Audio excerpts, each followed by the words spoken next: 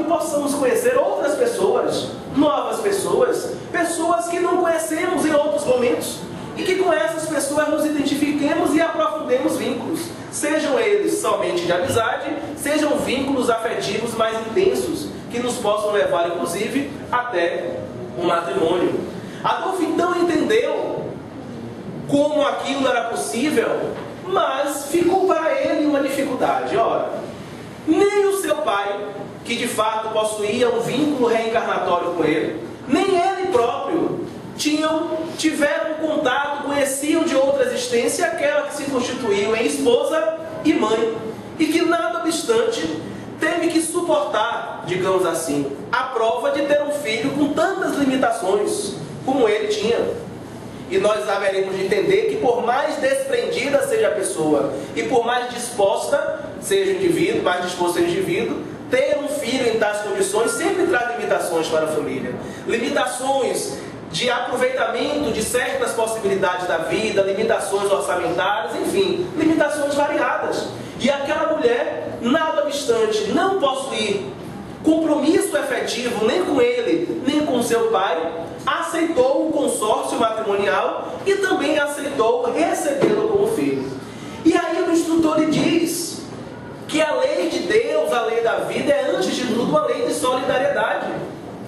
E que quando ela se enamorou daquele homem que era o seu pai, que foi o seu pai, e fora do corpo lhe foi explicado todo o contexto da situação e que era necessário para ele, Adolfo, e para o pai, que estivessem juntos novamente naquela experiência, ela aceitou de boa vontade tê-lo como filho. Exatamente por compreender que muito além das limitações porque passariam em conjunto, as alegrias seriam maiores. E por isso ela de boa vontade aceita recebê-lo como filho, apesar das provações e das limitações que poderiam surgir dentro daquele contexto.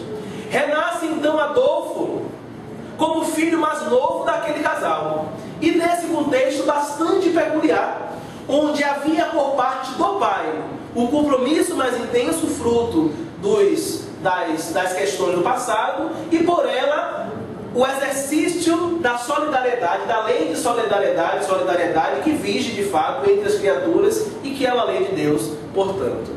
Adolfo então, depois de compreender aquilo, percebeu e identificou naquela irmã mais velha, que era um grande anjo em sua vida, uma pessoa que sempre se dedicou a ele, também um espírito com quem não possuía vínculos no passado, em absoluto. Era um espírito estreitamente ligado à mãe, à sua atual mãe, e que não possuía vínculos com ele. Mas na outra irmã, a que estava entre ele e a mais velha, sim, ele identifica alguém a quem tinha prejudicado em outras existências e que por isso guardava uma certa carga de animosidade para com ele. Adolfo resolve voltar um pouco mais no tempo. E depois de entender o que fazia com que a sua família se tivesse construído dentro daquele molde, ele pretende descobrir por que ele próprio havia reencarnado, portador de síndrome de Down. E em realizando uma regressão de memória, Adolfo vai se localizar como um jovem filho único de um casal bastante rico da Europa, que em um dado momento de sua existência resolve ser médico. Resolve estudar medicina, recebe da família todo o apoio, todo o incentivo para tanto e acaba se diplomando médico. Acontece que logo após a diplomação, estoura uma guerra e não há nos registros que temos nenhuma informação sobre se é a primeira, a segunda guerra ou uma das guerras anteriores de que foi palco a Europa. Mas estoura uma grande guerra, e ele é convocado juntamente com outros companheiros para servir na guerra. E vai, e durante alguns anos se submete a esta condição. Acontece que à medida que o tempo foi passando, ele e dois companheiros compatriotas, ele que havia sido educado a partir de valores completamente distorcidos, alimentando a ideia de que era um ser superior, de que era melhor do que os outros, enfim. Ele com seus dois compatriotas, servindo no campo de batalha, selam um pacto. No tempo se viram vagando no mundo espiritual, nas paragens espirituais, realmente escolheu, na medida em que escolheu permanecer no cultivo da culpa, no cultivo da autopunição, ele, como consequência dessa culpa exacerbada, ele desestrutura os tecidos muito sutis do perispírito e faz com que no corpo essa desestrutura se reflita ou se refletisse como uma síndrome de Down. Durante alguns dias depois daquela recordação, Adolfo ficou bastante pensativo, refletindo sobre como de fato os mecanismos da lei de causa e efeito, das leis de Deus, atuam, sobretudo, em nós. Porque nós, por vezes, somos levados a imaginar que existe a todo instante Deus ou espíritos a seu comando que estão atuando sobre nós como se fôssemos marionetes, não é assim? A gente ouve dizer que os espíritos influenciam em nossas vidas e muito mais do que pensamos. E que por vezes são eles que nos dirigem. E entendemos esse dirigir como são eles que nos manietam, né? Como se fôssemos marionetes manietadas daqui para ali. Mas não. É possível entender dirigir como indicar caminhos. São eles que nos encaminham por vezes. Mas somos sempre nós que escolhemos caminhar ou não. Que escolhemos andar ou permanecer parados. Ou se queremos andar, seguir por um caminho ou seguir por outro caminho. Na verdade, nós somos livres de fato, pensava Adolfo, para fazer as múltiplas escolhas. Ele foi livre quando aquele jovem rico, quando se tornou médico, foi livre sim para exercer a medicina. E, apesar de constrangido pelas leis a estar no campo de batalha atuando como médico, ele teve a liberdade naquele momento de escolher atender em plenitude ao ofício de médico e atender e acolher indistintamente os indivíduos, ou fazer o que fez, dando atenção a uns e desatendendo a outros, gerando para si graves compromissos, não somente com a lei divina, mas sobretudo com a própria consciência. E a esta conclusão Adolfo chegava quando percebia que, de fato, diferente do que ouvira nos cursos, nos grupos de conversação, no seu caso em especial, ninguém impôs uma pena, digamos assim. Ninguém impôs a ele aquele sofrimento. Foi ele próprio que inconscientemente se impôs. No momento em que não escolheu ter uma atitude mental diferenciada.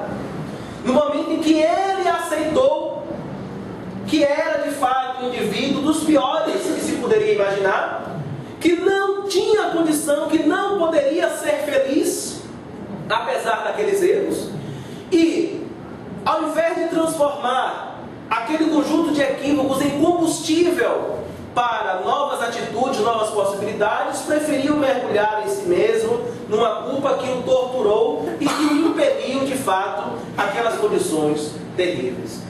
E ele pensava, refletindo como precisamos nós refletir, em como as criaturas, de modo geral, como nós somos assim, o tempo inteiro, como estamos a todo instante, agindo desta forma, esquecidos de que somos nós os responsáveis por nós mesmos, porque somos livres para agir, somos livres para pensar, somos livres para viver. O problema é que queremos ser livres para tudo, menos livres para colher as consequências dos nossos atos.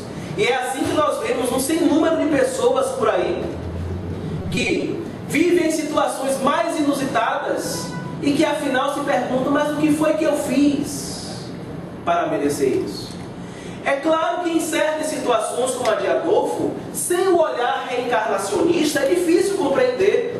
Mas se nós tivermos o mínimo de desprendimento possível e o mínimo de isenção possível, seremos capazes de perceber que boa parte das dificuldades que enfrentamos em nossas vidas hoje são fruto das escolhas infelizes que fizemos, ou num passado próximo ou num passado distante. Há quantas pessoas que nos procuram dizendo, por exemplo, que são infelizes no seu casamento? Quantos não são? Outro dia uma criatura virou para mim e disse: Pedro, não aguento mais meu marido. Meu marido sai de sexta-feira de noite, só chega domingo de noite. Teve um dia dia que saiu, e isso foi verdade, saiu 6 horas da noite de sexta para comprar o pão. E voltou 8 horas da noite de domingo, e sem pão. Detalhe, sem o pão. Meu marido isso, meu marido aquilo, eu acho que meu marido é meu karma. O que é que você acha? Eu digo, karma com isso, minha filha. Muita karma, vai devagar. E que na verdade a gente faz, por vezes, as escolhas erradas. E quer colocar a culpa no destino, quer colocar a culpa em Deus. Aí eu perguntei, vem cá, como foi que aconteceu você e seu marido? Ah, eu nem te conto. Eu estava desiludida, eu tinha levado fora do homem de quem eu fui noiva há 5 anos e ele apareceu. Todo carinhoso, todo jeitoso, eu já tinha meus 30 anos, estava com medo de ficar para titia e resolvi casar. Mas você casou assim, você não gostava dele? Gostava, mas eu não queria ficar sozinha. Pois é, está aí a gênese do seu problema. Você criou um problema desnecessário porque você não foi feliz na sua escolha. Claro que eu não disse ela desta forma, né? Disse de outra maneira. Mas nós somos assim constantemente. Há tantas pessoas por aí infelizes em suas vidas profissionais. Eu conheço tantas pessoas formadas em Direito, formadas em Medicina, e que são extremamente infelizes, apesar de estarem até bem financeiramente. E aí te pergunta, poxa, mas isso é impossível. Eu daria tudo para ter um salário de um médico, e médico está ganhando até bem, hein? Até bem, vírgula, né? Muito bem. Um juiz como ganha bem, um promotor, enfim. Eu daria tudo. Só faltava esse detalhe, seria a cereja do meu bolo, ganhar, ter uma renda como essas pessoas têm. E elas não são felizes? Não são. Porque as suas escolhas foram motivadas por outros interesses que não a satisfação pessoal. Como há muitos indivíduos por aí que vivem e agem nessa condição, dessa forma. Nós somos, portanto, fruto das nossas escolhas. E somos sempre livres para escolher. Agora, se a nossa liberdade é intensa para as escolhas, nós não somos tão livres para não acolher as consequências das escolhas. Estamos necessariamente vinculados a essas consequências, porque somos responsáveis por tudo aquilo que construímos a partir das nossas escolhas, a partir do exercício dessa liberdade, não só de pensar, de crer no que se queira, mas sobretudo liberdade de agir, que é a expressão máxima do livre-arbítrio. Livre-arbítrio é exatamente isso, é ter a liberdade de agir, de escolher, de construir o próprio destino. Nós, portanto, estamos vinculados a essas escolhas. E se não identificamos, agora na presente existência, os porquês das nossas situações, da nossa vida, das nossas dificuldades, certamente os encontraremos no passado, em outras existências. Porque não somos seres que começaram a existir a partir de agora, a partir daquele dia em que nascemos, não. Somos seres que trazemos conosco um passado de escolhas, um passado de atitudes, um passado cheio de comportamentos os mais variados e por vezes os mais equivocados, e que se refletem necessariamente, não só naquilo que somos hoje, mas sobretudo nas condições que temos para viver, nas condições existenciais que se apresentam para nós. Adolfo refletia sobre tudo aquilo e entendia, portanto, o que tinha acontecido com ele próprio. Ele não era fruto senão de si mesmo. E o mais curioso, ele foi, digamos assim, impelido por si mesmo a viver mergulhado em um corpo limitado e guardando consciência, sobretudo, da vida. Que isso é o mais doloroso, digamos assim. Porque se enquanto o indivíduo fica alheado, tudo bem, né? Ele não sabe sequer o que está acontecendo, mas ele estava lúcido enquanto espírito, embora mergulhado num corpo completamente limitado sobre os diversos aspectos. No entanto, depois dessas reflexões e de pensar sobre a sua própria vida, Adolfo ficou numa curiosidade. Ele tinha praticado aqueles atos acompanhado. Não foi ele somente, havia 2 companheiros, 2 médicos amigos. Adolfo então ficou curioso para saber como andariam os seus 2 companheiros, o que teria acontecido com eles.